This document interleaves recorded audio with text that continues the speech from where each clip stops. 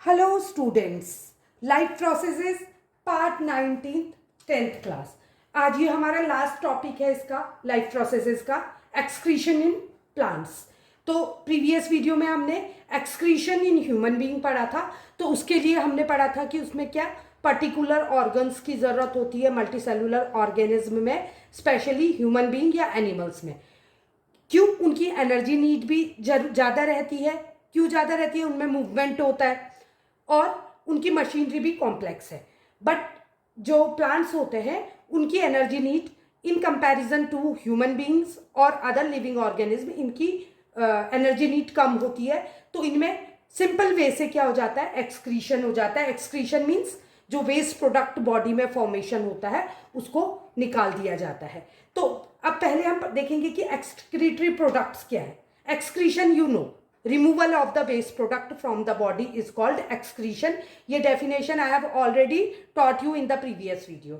Now in this video we'll discuss about first of all the excretory products of plants. तो plants के excretory products क्या है जो plant में use नहीं होता है? तो ऑक्सीजन एक excretory product है। अगर पानी बहुत ज़्यादा हो जाता है प्लांट में तो वो एक वेस्ट प्रोडक्ट बन जाता है। पानी यूजफुल है but excess water is waste product.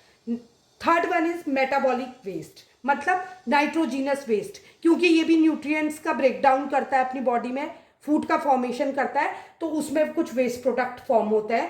ये नेक्स्ट वेस्ट प्रोडक्ट हो गया। उसके अतिरिक्त कुछ अदर वेस्ट प्रोडक्ट प्रोड्यूस होते हैं, तो उनको कैसे निकालता है? फर्स्ट है, हमने देखा था कि ऑक्सीजन क्या है, हमारे लिए तो यूजफुल है बट फोटोसिंथेसिस के दौरान क्या करता है, ये कार्बन डाइऑक्साइड को लेता है और ऑक्सीजन को बाहर फेंकता है।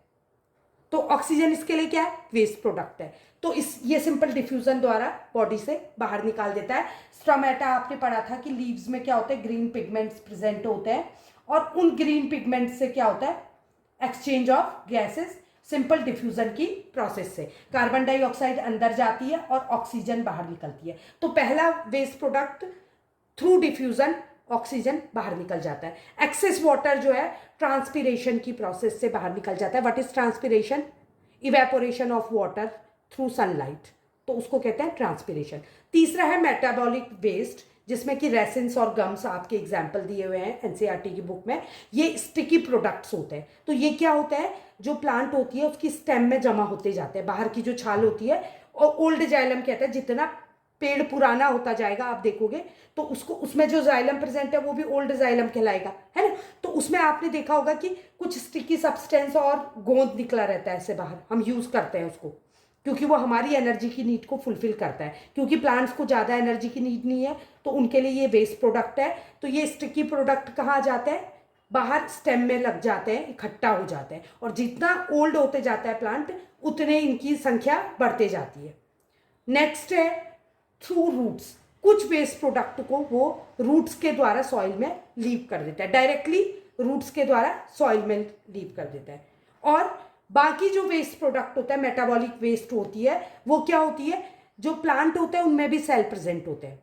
और आपको मैंने बताया था पिछले साल के, आपने 9th में भी पढ़ा होगा कि सेल्स में बहुत सारे नौकर रहते हैं सेल के अंदर, वर्किंग ऑर्गेनेल्स कहते हैं जिनको। उन वर्किंग ऑर्गेनेल्स में से एक सेलुलर वैक्यूल भी है, जो ह्यूमन में भी होता है, एनिमल्स में भी होता है और प्लांट्स में भी होता है।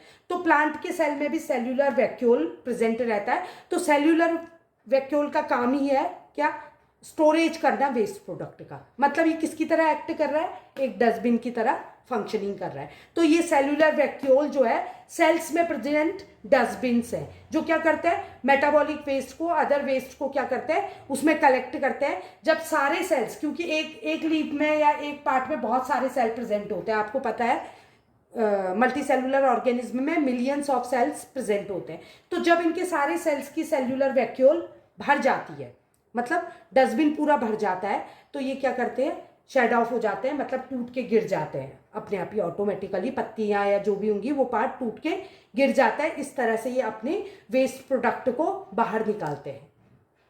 तो this is the excretion of plant. I hope आपको वीडियो पसंद आया होगा, और अगर वीडियो अच्छा लगा तो लाइक, सब्सक्राइब और शेयर करें।